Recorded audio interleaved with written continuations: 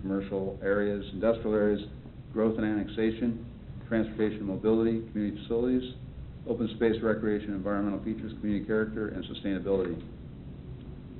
The goals are, the definition of goals, as far as it applies to this plan, is an intended outcome. It's broad and long range in nature. The objectives are specific actions and policies. You could argue about what an objective should be, but that's what objectives mean in this plan.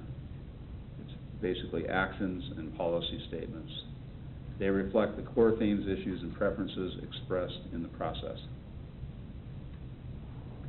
Land use influences, go to page 48. Now we're in the land use chapter of the plan. And this is important because this kind of identifies the big issues that affect land use. Oil and gas wells, the logistics park, New Century Air Center, the I-35 corridor, and then it talks a little bit about what this implies for the land use plan. One thing you will see in the maps is you'll actually be able to visualize oil and gas wells influence because they show up on the maps. The way they did that is because they're such a significant constraint to development in the next 20 years. Once an oil and gas well goes in, and a lot of these are recently installed, once they go in, they don't go away for a while. They're an investment. Someone's not going to pull their investment out of the ground after just a few years, as long as they're producing. So they are a significant influence on land use. So I'm going to go to the land use map on page 53. In case there's some lack of understanding about how the land use map plan is used or what it is, the land use plan is a vision for what land use should be in Gardner. It's not a zoning map.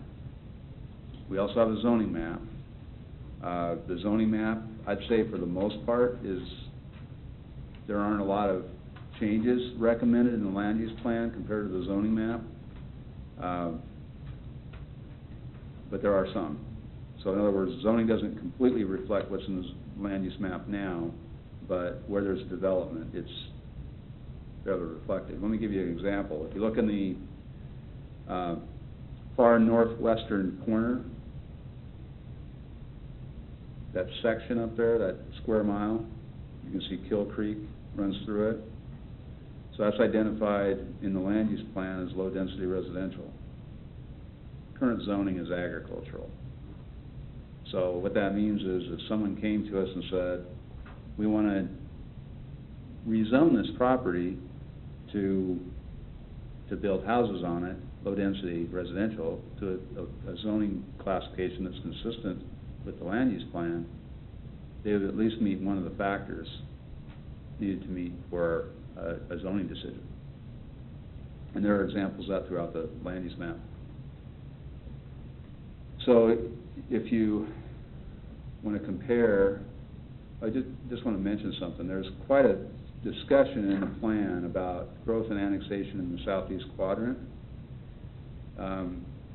This was something that probably got as much attention as anything by staff and by the CPAC. What this plan is saying right now, and something we agree with, at least staff agrees with this, and the CPAC is generally on board with it, is that there does not appear to be a lot of market pressure for development on that side of the interstate. If you look at the land use map, you can see the southeast quadrant market-determined growth area on the south and east side of the interstate. So what this plan is saying, does not appear to be a lot of market pressure for development over there, and that the city needs to be cautious about investing in infrastructure to support new development on that side. If someone is thinking that the city should be very aggressive about growth and annexation, they might have some concern about that fairly cautious stance. On the other hand, if you're concerned about not spending more on infrastructure than is necessary, and infrastructure is very expensive, sewer, water, roads, then that cautious statement might appeal to you. I can say that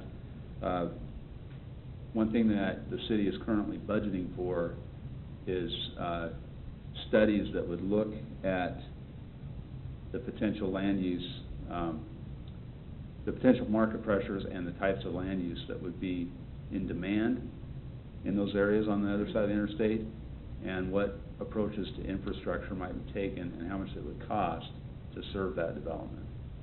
So there is what's said in the plan, but the city is looking at that. At least we're expected, that's what we anticipate right now. So there again is the development plan map from the current comprehensive plan, and that's the map from the proposed comprehensive plan.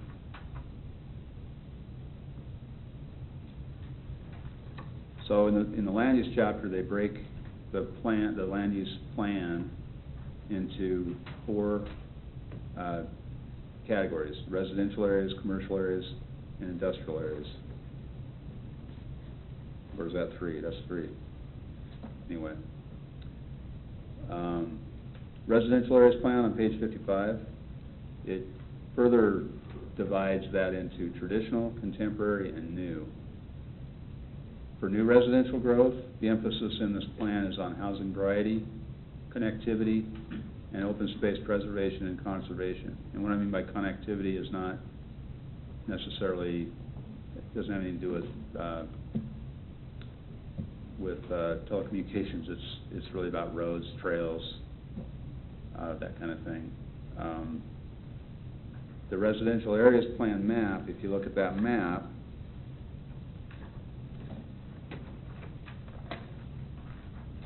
in the legend you'll see where it says new growth, and then there's a layer that's a crosshatch, indicated by crosshatch, called long-term growth. There's also a layer on here, oil and gas wells. That's to show a constraint, development constraint. And then there's a capacity analysis done on this map that's shown in the chart below on the lower right. What this is saying is that based on the density assumptions, with the low end of that assumption being 4 units per acre, high being 6 units per acre, in the priority growth area alone, there's capacity to accommodate additional population of 31,000 up to a high, based on the higher density assumption, of 47,000. So just the real simple conclusion is that the planning area and the area shown on the map is more than enough to accommodate the population growth that we are expected to need to accommodate within the next 20 years.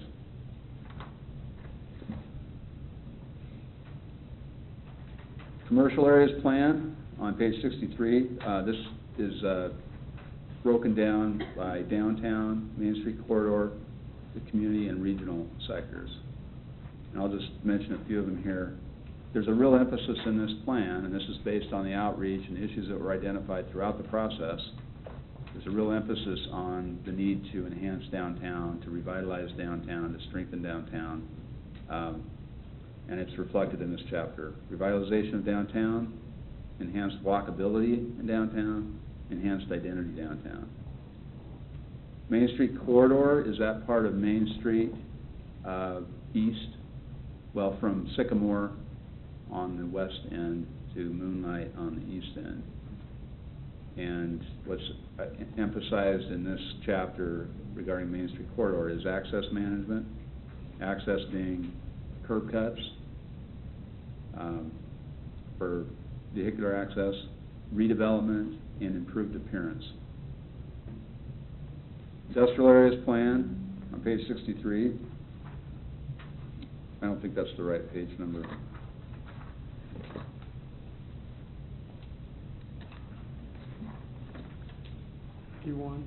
What is it? 71. Okay. On page 71.